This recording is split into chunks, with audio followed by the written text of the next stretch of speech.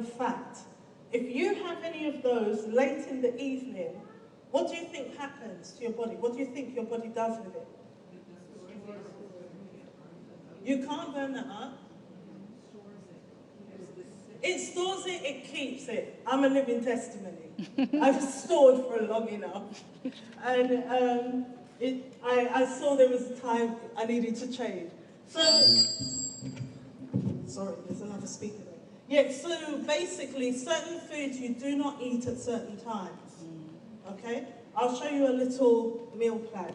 So the proteins, carbs, fats are best eaten first thing in the day. You're active throughout the day, you burn it off, your body can use it for repair, for growth, etc. Okay, next please. Right, my nutrient spotlight is proteins and water.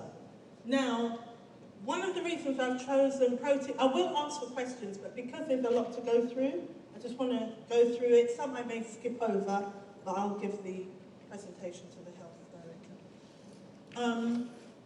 Proteins. In a vegan diet, what are we told about protein? What have people told you? Soy. You need meat, yeah, you shouldn't be vegan, or beans is good for protein. Any other sources? Soy. What else have you been told? Any of you? You'll lack B12, and sometimes the other one is iron. Okay. Now there's variable sources, but I'm going to go through it rather than try to explain it just from a single word on the screen. So, Ethan? Right, proteins are large, complex molecules which play a crucial role in the body. They are extremely important and they work the hardest in our cells because they're constantly repairing and building and, you know, fixing things in our cells. Next, please. Ethan. All right, the requirements for this cell includes, and this is what protein does, it helps with the structure of the cell, the function of the cell, and the regulation of the body's tissues and organs.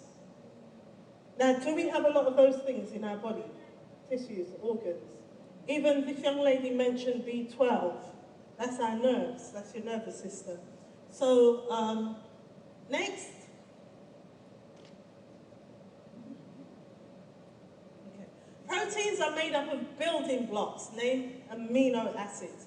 Now, why I wanted to focus on protein is often we are told you must make sure you have lots of nuts at every single meal. You've got to make sure you have a lot of protein and protein and protein. What happens when you eat too much protein? What did we say already? We store it. If you're not using it and you're not active, you're just going to store it. So you need to think about how much protein you need based on your levels of activity. Right? So I'm realistic. We're not all going to be as active. But on the days, I don't lift weights and things every single day. So on the days when I'm in the gym and I'm doing the weights, etc., I might eat more protein just before, an hour or so before I go to the gym. But then on the days when I'm not in the gym, when I'm not doing lots of walking, when I am just at home, I make sure I reduce my protein. Not that you don't eat it, you need it each day, because your body can't store protein. It stores it as fat, but it doesn't store it as protein for the next day. Okay? And that's a term they call protein poisoning, when you just have too much protein. Okay? So think about your day. Yeah, there's no formula that says you have to have 3 meals a day. You don't have to. It's a choice. You look at your levels of activity, okay? If you're diabetic, you will need to eat. You know when you need to eat. But you don't need to eat a whole big plate of food at each meal. So, you know, just think and then balance everything out. And enjoy it. It's a journey. Love your body. Your body will love you back. There's hundreds and thousands of these small units called amino acids that make up a complete protein. What did I say? There's... Of what? that make up a... Right, so when we think of this church, look at how many cheers there are in the church. So if we think of each one of these as a type of amino acid, but it's a whole protein molecule, yeah? If we think of it that way. It then tells you that you don't have to eat one type of protein to get all the protein that you need. You can get it from various places, because different foods have different amino acids in them, okay? So make your meals really interesting, or else you become bored of the beans. You really will. And there are so many places you can find protein, like in dark leafy vegetables, for instance. So mix and match these. So there's 20 different types of amino acids that can be combined to make a complete protein that we need. For this reason, combinations of proteins will enable the vegan diet to be complete and balanced. Varying your diet because it helps your body access varied nutrients and avoids deficiency. Remember Nathan?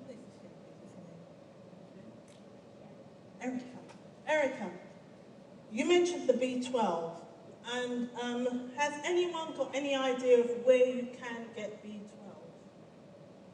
Any sources? It might not be a single source. Molasses, yeah. Any others? Pardon? Nutritional yeast. Yeah, that is one, but I've got a sticking point with that. I found some research on that, and on a technicality, it's monosodium glutamate. It's MSG in a different form. Yeah, it's just how it's manufactured and the name it's given and processed. Yeah. So, yeah, next one. So, in terms of B12, hold off a minute. B12, one of the things that I've started using was Marmite. I don't like Marmite. I hate Marmite. My mum loves it. Marmite. M-A-R-M-I-T-E. It looks like molasses. It's a dark thing. It's in England, but I've seen it here. I saw it in Mum's. Yeah. In the Caribbean market also. Okay. Honestly, you don't need too much of it. You really don't. Couldn't. It is a bit salty. But that's one of the things that I've used. It's got a salty taste. So I'm just saying that's just one of the things. It's not the only place. But I've done some research, as I said, and found a lot of the sources. Now, I don't like Marmite. We've got adverts in London, and there's like this advert with this bird, and then what was it again? I can't remember. Anyway, this other character. Now, one ate the Marmite, and they're like, this is really nice. And then the bird ate the Marmite, and it's like, so you either love it or you hate it. But I decided, that's taking me to my book, I Decided to Live. I decided that I needed to make sure I take in these nutrients. There was a point at which, I think was it last year, I was deficient in vitamin B and iron. I had those deficiencies, going vegan and not planning it right. And what happened, it exhibits itself, there's one lady who had it so bad she had to start having injections because of the vitamin B deficiency. It exhibits itself by, causing your nervous system to react almost as if you're having a stroke on one side of your body. I had that and it was so bad, I went to the doctors, he sent me straight to the hospital. They did an ECG, put all these things over me, and they told me I'm fine, I've got a very good heart, there's nothing wrong with my heart. So I had to start taking vitamin B supplements. By the next time I did a blood test, about 6 months later, they said it was okay. Thanks to Marmite a bit. but also doing my own research and making sure I ate things that I may not have liked, but it helped me to stay healthy.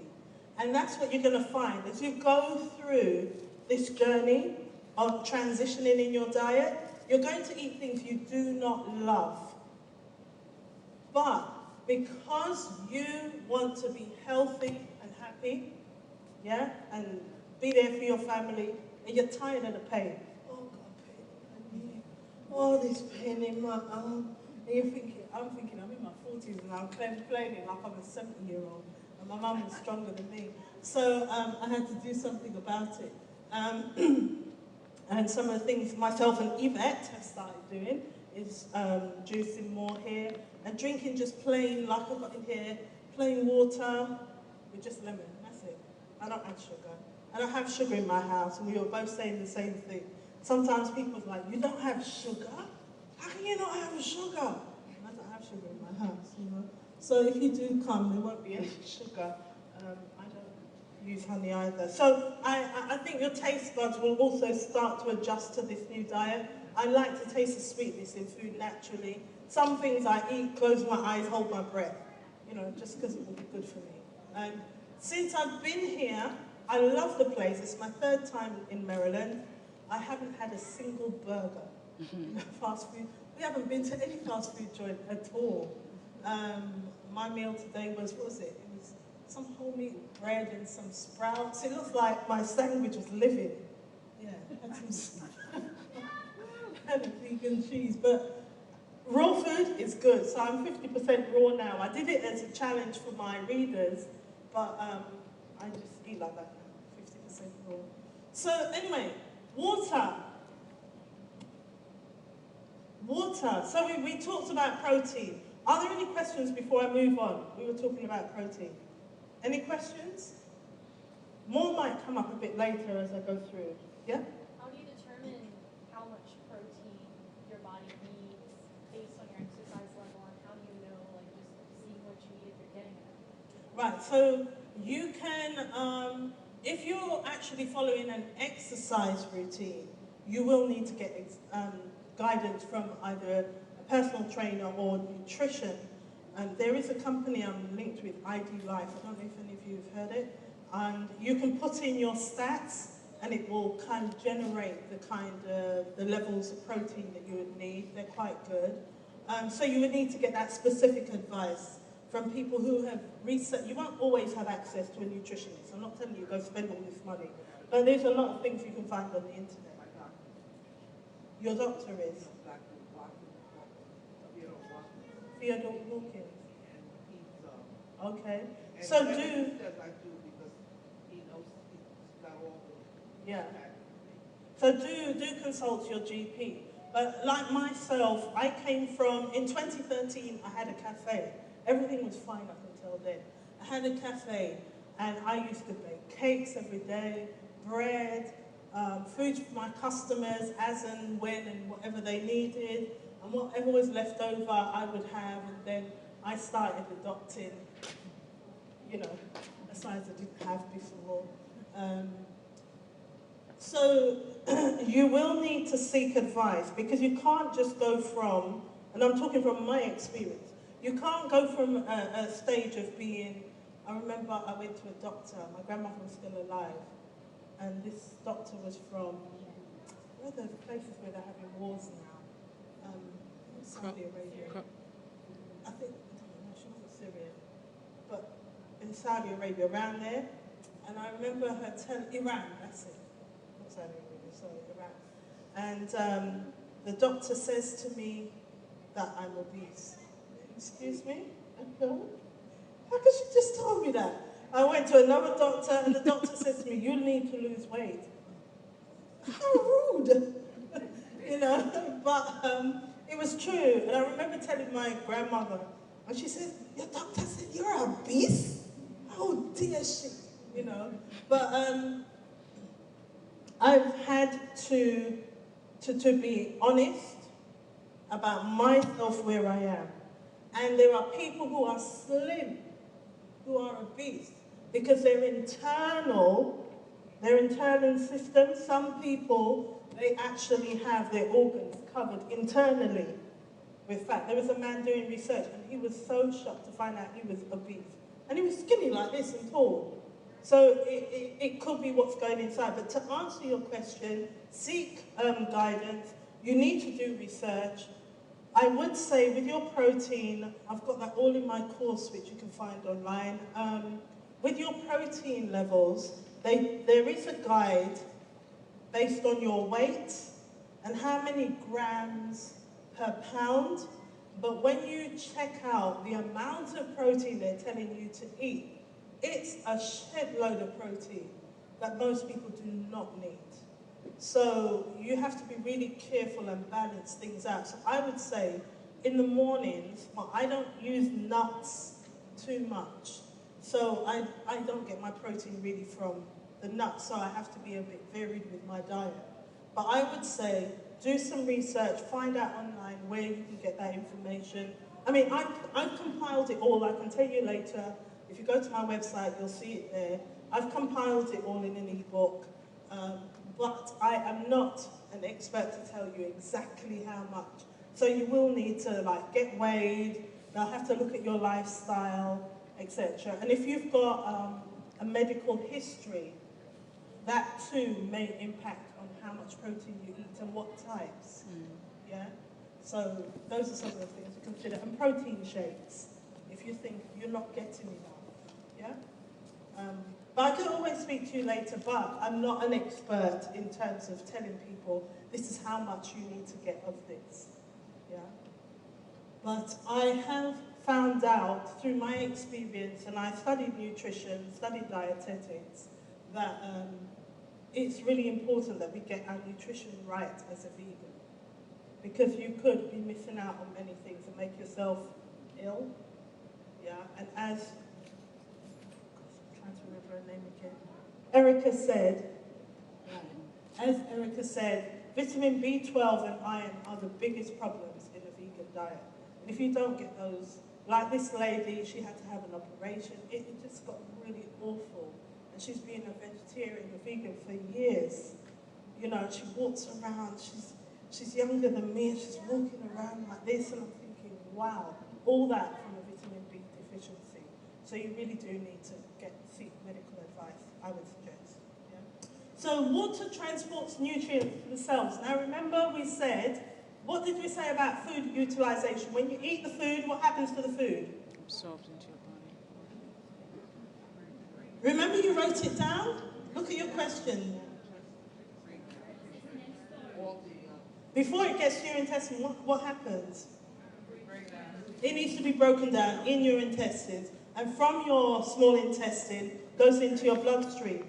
Now, if the food you are eating is all solid, heavy things, how is it going to get into your bloodstream? Do you see why it's important to drink water? Can you see why now all these things are coming together? Why it's really important. And our body is, what, 3/4 water?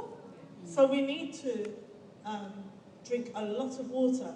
This is like the best mode of transport your cells have ever had. Now, think of a diamond-encrusted Rolls Royce. Well, in England, that's like top of the range. I don't know what your car's... What's your supercar here? Your most expensive car? Lamborghini. Lamborghini?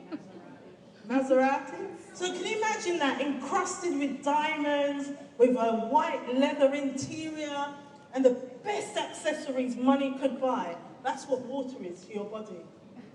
Yeah? It is so crucial, and it's like luxury transport. It's a smooth ride. And when I say that, you understand what I mean. We were talking about the large intestine. What happens in the large intestine? What builds up in there? Right. Can you see why we need water? All right. We need some luxury transport. Okay? So, yeah. Next. Yes, sorry.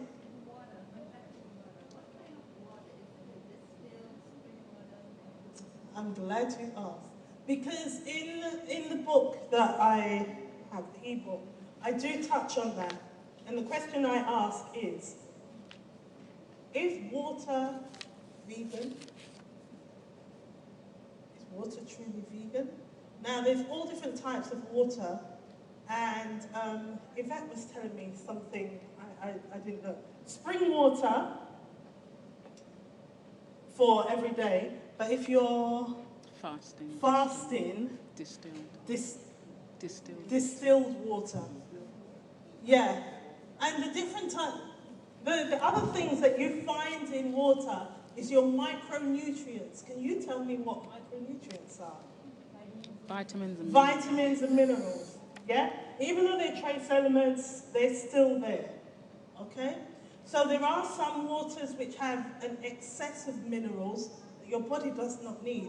And this is why you're asking the question. Some water is really not good for you to drink. Yeah? But what did we say earlier about the Simply Vegan philosophy? Yeah, keep it simple. Keep it simple. Just keep it simple. If it's what you have, use what you've got. Sorry, I almost broke into song there. There's a song myself and Yvette, we used to get at 6 o'clock on a Sunday morning to watch this gospel program. And one morning we got up and turned on the TV and the first thing we heard was, use what you got. Anyway. No, it may seem like you ain't got a lot, oh my Lord. Just use what you've got. All right, next one, Ethan. Yes, so in answering the water question, distilled water, spring water, normally, distilled water, when you're fasting, we don't have easy access to that in London. Just spring water and mineral water, or tap water. I have a question. Can someone drink too much water? Yes, it is possible. Because a lot of people, they drink straight through the day. Just like birds, water. You can, because remember we were talking about the food utilization. It's all going back to how your body uses food. If you're eating this food, think about it, you're eating this food, it's gone into your small intestines, nutrients are supposed to be going out into your bloodstream, but you've drank so much water, you've diluted the nutrients, your body can't access everything, can it?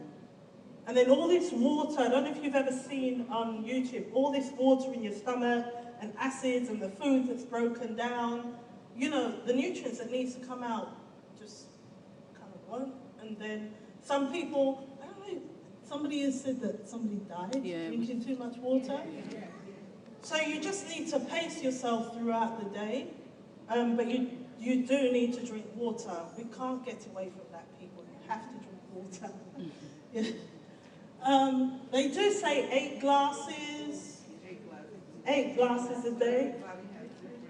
Your body weight and your activity. Uh-huh. I mean, if you're not active and you drink all that water, you feel like you're swimming around. Swimming around. So you need to be active and yeah, in order. So if I'm going to gym all the time or I'm doing lots of walking, I do lots of walking in London because unlike here, your streets are really wide. I walk a mile, 1.8 miles to the gym, do my gym, whatever, then I walk 1.8 miles back. So I need to be drinking quite a lot because, yeah. But then if I'm at home, and I'm at home for a full day, I do a lot of my work online, my business. I'm not going to sit there and drink all that same amount of water. That's just not going to work. Yeah? I will feel very uncomfortable. So again, this goes back to getting GP advice based on your weight, based on your levels of activity, and it varies. It won't be the same every day. You know? I think sometimes we religiously eat breakfast. It's got to be, like, you've got to have cereal, you've got to have toast, and you've got to follow it by a fruit, and you have to have a hot drink. You don't have to eat like that every single day. You might just have a smoothie that morning. Or you might just drink some juice, and that's it. But I suggest you have a good breakfast. You always have a good breakfast, at least. You know, eat your breakfast like is it like a king? Yeah. Then your lunch like a prince, and then your supper like a pauper. Yeah, they always say that.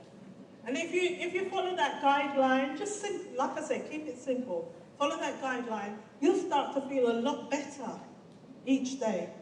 Okay, so going back, Ethan, A basic overview of a vegan diet is you basically do not eat meat, fish, eggs, dairy products, and all other animal-derived foods or ingredients. Next, please. All right, so according to this philosophy, some people take it a step further. I won't have a leather chair, I won't wear leather shoes, I won't wear anything with a leather trimming, I won't have suede. Suede is actually pig skin. I won't use wool. Now, wool I cannot understand because you don't kill the sheep, and if you don't take it off, you know, you're going to make them ill because it, yeah. And I actually went to a farm and there was this sheep called Karen, I think her name was, and I stood there and they shaved the sheep. You know, it was the summertime, they had to take it off, and I've got it at home. I had to go home, they told me how to wash it. So I've got the whole fur or the wool of one particular sheep, and she was an award-winning sheep, and I got all her information, her bio, everything. I don't know what to do with the wool. It's just there at home in a knit bag. One day somebody can spin it for me and make a cardigan, I don't know. But it's just interesting. So I thought if I ever make anything from it, I'm going to call it Karen. But wool, they don't use soap, some soaps, the base is animal products. Cosmetics produced by animal products. Now let me ask you, I don't know what the normal living wage is, but what is the average monthly take-home pay for family? That's a hard question, Yeah. but I mean the lowest of the low. What is the lowest? Zero could be low. From the minimum wage, $7.50 is the minimum. It's $8 an hour. Now, can you imagine $8 an hour? Let's say you've worked a 40-hour week. Yeah, but they're cutting back people's hours, so you only get 20 hours a week. And then they take tax. Now in England, they take national insurance from that. Then you have to pay water bill, in England, water bill, electricity bill, you have to pay council tax, you have to pay your rent. Now, what do you have left to spend on food? So, can you see why I said being simply vegan or a simply plant-based diet, or just transitioning, just doing something different, even if it's one meal,